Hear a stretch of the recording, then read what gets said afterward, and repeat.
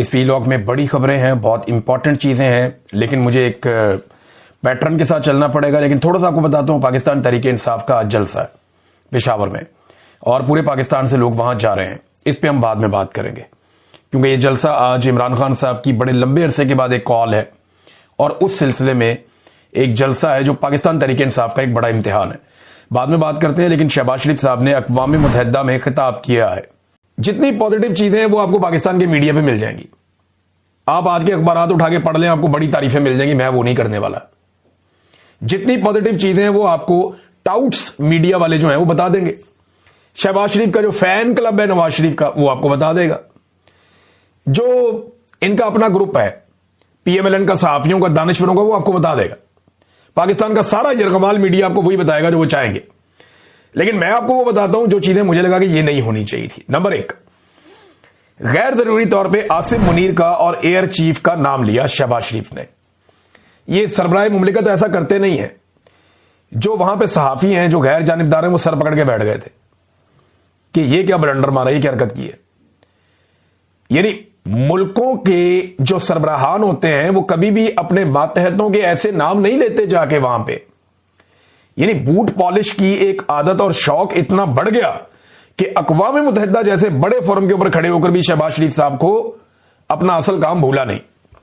वहां पे भी पकड़ के चमकाना शुरू कर दिया उन्होंने कि जी आसिम मुनीर की भी गेम उठा दी और एयरफोर्स के चीफ की भी गेम उठा दी। हालांकि उन्होंने काम बड़ा कमाल किया, लेकिन यार ये फोरम कौन सा है? फॉर गॉड सेक, आपको होश है आप क्या कर रहे हैं?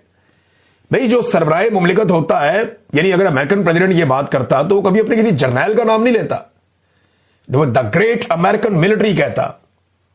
आप कह सकते थे कि ग्रेट पाकिस्तानी आर्म फोर्सेस, कितना अच्छा लगता सुनने में, हमेशा चलता रहता। ये आसिम मुनीर रिटायर हो जाएगा, आपकी तकरीर जाया हो जाएगी। ये जो एयरफोर्स का चीफ है रिटायर हो जाएगा, आपकी तकरीर जाया हो जाएगी। नाम उस चीज का लिया जाता है जिसको कायम रहना हो।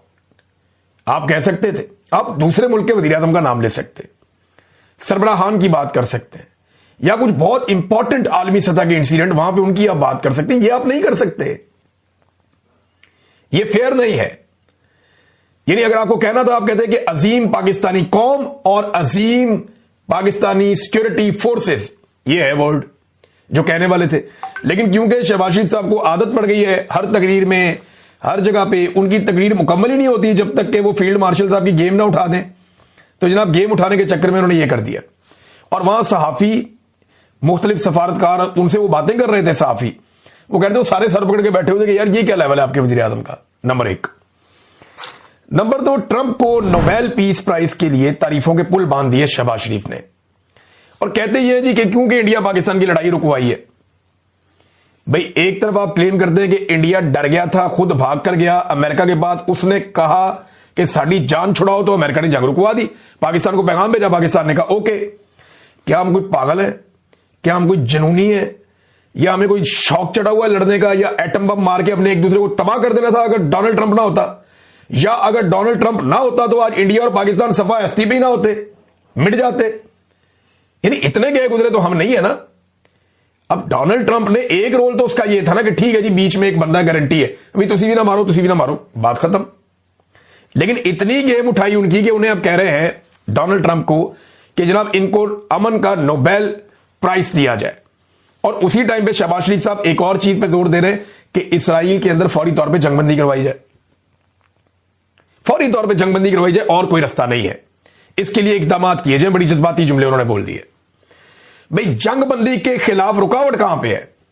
अक़वाम मुत्तहिदा में जब भी करारदाद आती है कि इसराइल को जंगबंदी पे आमादा किया जाए और गजा में जंगबंदी की जाए, फलस्तीनियों का नाहक खून जो बह रहा है उसको रोका जाए, जब भी करारदाद आती है तो अमेरिका वीटो कर देता है, डोनाल्ड ट्रंप की गवर्नमेंट वीटो कर देती है। जब भी करारदाद आती है, एक तरफ कह रहे हैं कि जंगबंदी करो, और जंगबंदी के लिए जो भी करारदाद आती है उसको वीटो कर देते हैं डोनाल्ड ट्रंप की गवर्नमेंट, और दूसरी तरफ कह रहे हैं कि डोनाल्ड ट्रंप को अमन का नोबेल पीस प्राइज वो है वो दे दें,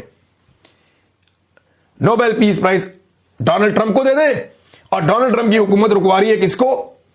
जंगबंदी को, रुकवाने के रास्ते में रुकावट है, और साथ ये कह रहे हैं जंगबंदी भी करवा दें। शहबाज शरीफ साहब को समझ आ रही है वो क्या कह रहे हैं? मसला पाकिस्तान इंडिया का इतना बड़ा नहीं था, मसला दुनिया में दो ही मसले इस वक्त बड़े, एक मसला जो फलस्तीनियों के ऊपर लगातार यलगार हो रही है, गाजा का मसला है, दूसरा यूक्रेन का मसला है। बाकी तो मसले इतने बड़े है ही नहीं। तो ये डोनाल्ड ट्रंप की गेम भी उठाई।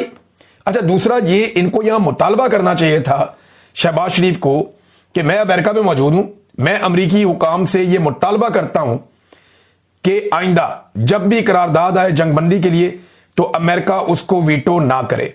और यही बात शहबाज शरीफ को डोनाल्ड ट्रंप के सामने करनी चाहिए थी, लेकिन उसके लिए जरूरत चाहिए। जो आदमी अपने आर्मी चीफ के सामने नहीं बोल सकता, वो डोनाल्ड ट्रंप के सामने क्या बोलेगा। फिर सैलाब के मामले में शहबाज शरीफ साहब ने कहा जी कि सैलाब आया हुआ है, तबाही है, हम जी लोन नहीं लेना चाहते, यानी इमदाद हमें मिलती नहीं है, लोन हम लेना नहीं चाहते। ये सूरत तो फिर यही है ना। तो सैलाब मुतासरीन के लिए आपने किया क्या है मियां साहब? जब से पाकिस्तान में सैलाब आया, आप टिक ही नहीं रहे पाकिस्तान में। कभी आप चाइना चले जाते हैं, कभी आप कहीं चले जाते हैं, कभी आप यूएई चले जाते हैं, कभी आप लंदन चले जाते हैं, कभी आप यूरोप चले जाते हैं, अब आप अमेरिका पहुंच गए। अब आप वापस आने का आप नाम ही नहीं ले रहे। पाकिस्तानी डूब डूब के थक गए, वहां पे पानी में से लाशें निकल रही हैं। ना आपने लोगों को खुराक दी, ना आपने लोगों को रेस्क्यू किया, ना आपने लोगों को बचाया डूबने से, कोई ख्याल उनका नहीं रखा। बीमारियां वहां पे फैल गई हैं और अब जाके दुनिया को एक कहानी नहीं सुना रहे हैं। क्लाइमेट चेंज के लिए आपने क्या किया? क्या कोई शजरकारी मुहिम आपने चलाई? कोई भी नहीं। क्या आपने दरख्तों की कटाई रोकी? कोई भी नहीं। क्या आपने किसी भी लेवल के ऊपर पाकिस्तान में क्लाइमेट चेंज के जो असरात हैं उनको कम करने की कोई कोशिश की? बिल्कुल नहीं की। तो जब आपने ये किया नहीं तो फिर आप इसके ऊपर बातें नहीं कर सकते ना। नाज़रीन, एक और बड़ा डरावना ख्वाब जो ख्वाजा आसिफ साहब को देखना पड़ गया वो मैं आपको बताता हूं, लेकिन पहले एक खबर, एक बड़ी खबर मैं आपके सामने रखूंगा। मेरे एक सोर्स ने यह दावा किया अमेरिका से, और उसका दावा यह है कि पाकिस्तान इसराइल को तस्लीम करेगा। और दावा उसने यह किया कि कैसे तस्लीम करेगा वो भी उसने मुझे बताया। उसका यह कहना है कि फलस्तीन के कुछ इलाकों के लिए एक निगरान फौज तश्कील दी जाएगी, एक फोर्स बनाई जाएगी जिसमें मुख्तलिफ ममालिक के फौजी और अफसरान होंगे। ये फिर सुन लें आप। वो ये कह रहा है कि फार्मूला जो अंदर खाते तय पा गया वो ये पा गया कि फलस्तीन के इलाकों के लिए एक निगरान फोर्स बनाई जाएगी, और वहां पे जो फोर्स बनाई जाएगी उसमें मुख्तलिफ ममालिक के सिक्योरिटी फोर्सेस होंगी, और उसमें पाकिस्तान की शमूलियत इस शर्त के ऊपर हो जाएगी कि पाकिस्तान इब्राहिम अकॉर्ड के ऊपर दस्तखत कर दे। आगे बात समझ। तो मैंने कहा जी ये इससे क्या फर्क पड़ता है, पाकिस्तान तो फलस्तीन में जा रहा है ना हिफाजत के लिए, तो इसराइल का इससे क्या? उन्होंने कहा नहीं, पाकिस्तानियों को यह चूरन बेचा जाएगा, जो उसका दावा है कि पाकिस्तानियों को, सोर्स है मेरा, ये उसका दावा है और मैंने आपको एज इट इज बता रहा हूं। उसने कहा जी पाकिस्तानियों को यह चूरन बेचा जाएगा कि जनाब क्योंकि हम फलस्तीनियों की मदद करने के लिए वहां पे जा रहे हैं, उस सरजमीन पे